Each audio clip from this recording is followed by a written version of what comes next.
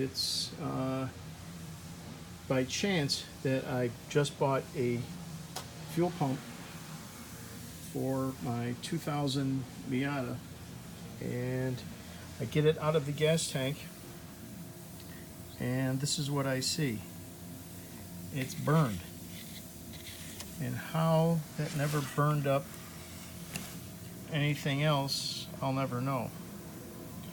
You can see there's arcing, and I'm not sure. I'm gonna have to buy the whole assembly, but just so you guys know, this was a turnover no start issue, and all the way back down to the fuel pump, because the fuel pump was getting 12.5 volts, and it wouldn't start.